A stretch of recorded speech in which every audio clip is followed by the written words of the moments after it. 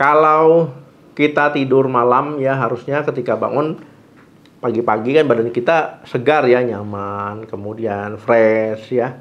Nah, pernah nggak teman-teman ketika bangun tidur pagi-pagi badannya malah lemas, malah kayak kecapean ya? Nah, nanti kita bahas lengkap.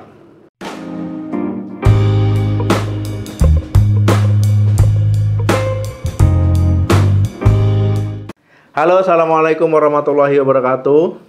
Tidur teman-teman bermanfaat untuk menstimulasi hormon, perbaikan jaringan, serta untuk tubuh kita beristirahat, mengisi energi ya. Tetapi beberapa orang justru semakin lelah saat terbangun dari tidur. Ini ada, bahkan mungkin banyak ya teman-teman tidur malam, pagi-pagi bangun kok kayak badan capek-capek, pegal-pegal, ya nggak nyaman, bahkan mau aktivitas jadi males, ya ini banyak.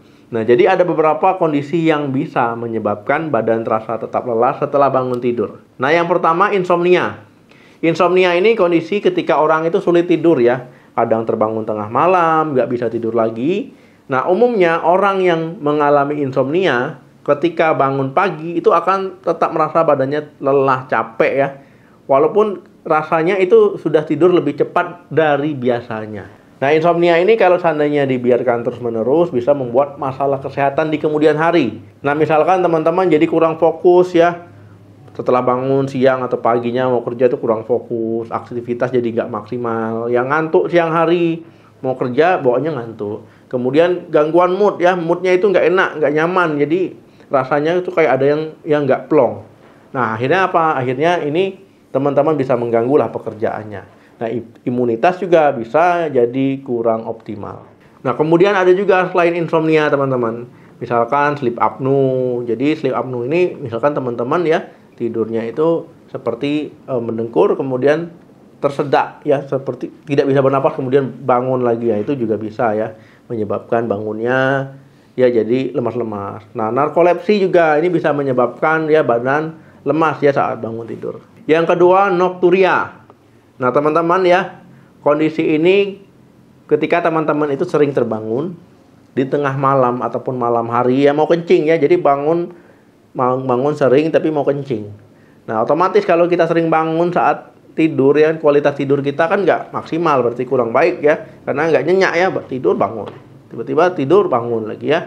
Nah, pagi-paginya nggak heran kalau seandainya badannya lemas. Jadi bisa saja bangunnya semalam itu 2 kali, bahkan lebih ya. Nah, nokturia ini bisa karena teman-teman mengalami sleep apnea, bisa kehamilan, bisa ya, orang diabetes pun bisa. Yang ketiga, stres. Nah, ketika kita sedang mengalami stres, pikiran kita kan mengarahnya ataupun fokusnya ya kemana-mana ya, kemana-mana nggak tenang, fokusnya ya pokoknya teralihkan lah. Nah, ini teman-teman ya, tubuh kita waktu sedang pikiran kita itu kemana-mana, terbebani pikiran kita. Akhirnya apa? Akhirnya kadang nggak bisa tidur. Nah, walaupun tidur kadang terbangun ya, kemudian pas terbangun kepikiran lagi. Akhirnya apa? Kualitas tidur kita juga terganggu. Jadi kalau kita sedang stres kan pikiran kita ya kemana-mana lah. Ya tentang masalah yang sedang menghampiri kita. Nah, jadi kualitas tidur kita bisa terganggu, tidur nggak nyenyak, makan nggak nyenyak juga kadang ya. Atau ada yang makan malah berlebihan itu ada, tapi tidurnya juga tetap terganggu. Nah, akhirnya apa? Akhirnya teman-teman ketika bangun pagi-pagi ya, itu badannya kayak lelah, kayak capek ya. Nah, jadi memang penting untuk mengelola stres dengan baik.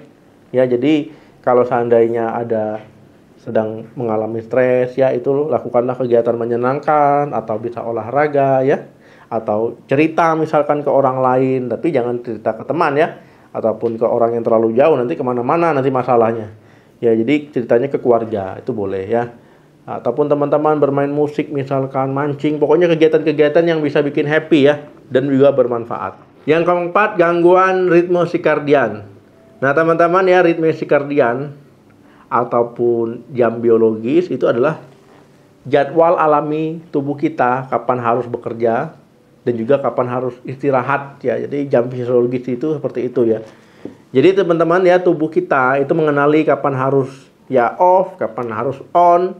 Nah, jadi ketika seorang mengalami gangguan ritme sirkadian, kualitas tidurnya itu dapat ikut terganggu ya, dapat ikut memburuk. Nah, karena inilah ya penting untuk ritme sirkadian itu tetap normal. Kalau misalnya terganggu, ada gangguan ya bisa mengalami insomnia ya, ada hubungannya. Nah, jadi teman-teman, salah satu gejala gangguan ritme sirkadian adalah ketika teman-teman kesulitan tidur dan juga teman-teman kesulitan untuk bangun pada waktu yang normal ya. Nah, ini ciri-cirinya. Yang kelima, gangguan gerakan tidur. Nah, teman-teman ya, bergerak selama tidur sehingga lelah saat bangun tidur ya, ini banyak juga ya, tanpa sadar biasanya. Kalau sadar ya nggak mungkin ya. Misalkan pada orang yang ya kakinya sindrom kaki gelisah ya, kakinya bergerak seperti gini-gini ya. Nah, itu juga bisa ya. Yang keenam, tidur terlalu lama atau sebentar. Nah, kurang tidur ini bermasalah ya. Tidur terlalu lama juga bermasalah ya. Tidur kurang ini bikin capek, kelebihan tidur juga sama nggak bagusnya, jadi malah bikin ya badan lemas ya ketika bangun tidur. Jadi tidur teman-teman ya seminimal-minimalnya 6 jam. Yang disarankan 7-9 jam per hari. Nah, jadi teman-teman ya, untuk istirahat siang ataupun tidur siang juga nggak boleh terlalu lama. Ya kurang dari 30 menit. Kalau lama-lama juga nggak bagus. Yang ketujuh, sleep hygiene yang buruk. Nah, jadi teman-teman, salah satu penyebab badan teman-teman ketika bangun tidur jadi lemas, tambah capek ya saat bangun tidur, ya ini ya penyebabnya. Nah, jadi teman-teman, apa itu sleep hygiene? Nah, jadi praktisnya itu kebiasaan tidur yang sehat ya. Nah, jadi kalau tidur teman-teman nggak sehat, ya otomatis bisa mengalami hal ini. Nah, gimana supaya tidur kita lebih sehat? Nah, jadi teman-teman ya, bangun dan tidur pada waktu yang sama setiap hari. Misalkan tidur jam 9, bangun jam 5 ya. Nah, jadi setiap hari seperti itu. Nah, batasi jam tidur siang ya. Nah, jadi jam tidur siang itu kurang dari 30 menit, jangan terlalu lama. Nah, kemudian kamar buat nyaman, hindari makan mepet-mepet waktu tidur ya. Nah, kemudian pemakaian alat elektronik seperti handphone, televisi, laptop itu dihindari ya sebelum tidur. Nanti bisa menyebabkan gangguan ya. Nah, kemudian kalau seandainya sleep hygiene buruk, itu akan pengaruh di kualitas tidur, pasti akan pengaruh. Ya, bikin lelah pada pagi hari, bikin capek pada pagi hari saat bangun tidur, itu jelas pasti ya. Yang kedelapan, anemia. Ketika anemia, ya otomatis tubuh kekurangan ataupun ada masalah ya, ada masalah dengan suplai oksigen. Jadi suplai oksigennya kurang maksimal. Akhirnya apa? Akhirnya akan mengganggu, mempengaruhi tubuh kita, termasuk otak kita. Nah, akhirnya bisa menyebabkan orang yang anemia ini kelelahan ya. Walaupun sudah tidur, tiba-tiba bangun dia kelelahan ya, karena memang ada masalah kesehatan di situ. Jadi harus diatasi anemianya. 9, sindrom kelelahan kronis. Nah, teman-teman ya, kondisi ini ketika kelelahan fisik dan mental itu nggak hilang-hilang ya. Bahkan setelah tidur yang cukup itu nggak hilang.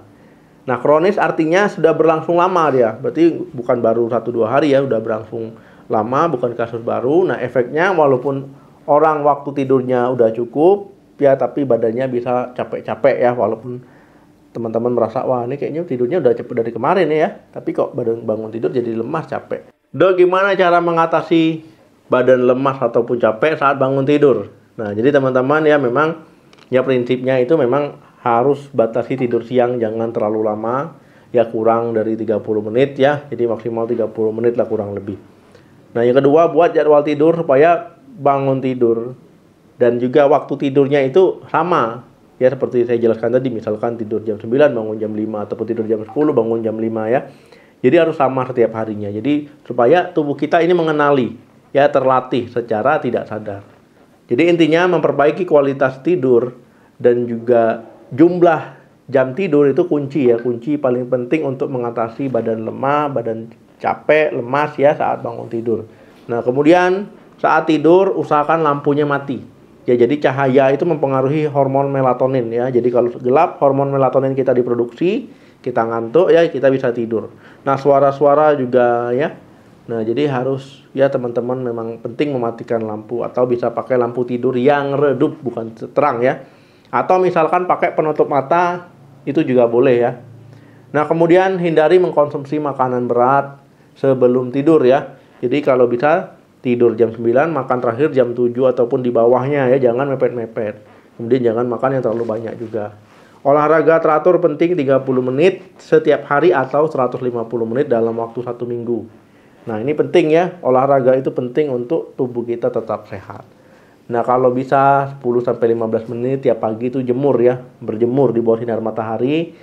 Ya supaya apa? Supaya tubuh kita sehat, ritme sirkadian kita bagus ya, vitamin D kita dapat ya. Nah, bisa teman-teman misalkan sebelum tidur baca buku, dengarkan musik yang slow ya, meditasi itu bisa. Nah, kalau memang ada masalah kesehatan, itu diobati sampai benar-benar sembuh. Oke teman-teman, terima kasih yang sudah nonton sampai habis. Jangan lupa di like, di share, di subscribe channel ini. Sampai ketemu lagi, salam sehat, sampai jumpa.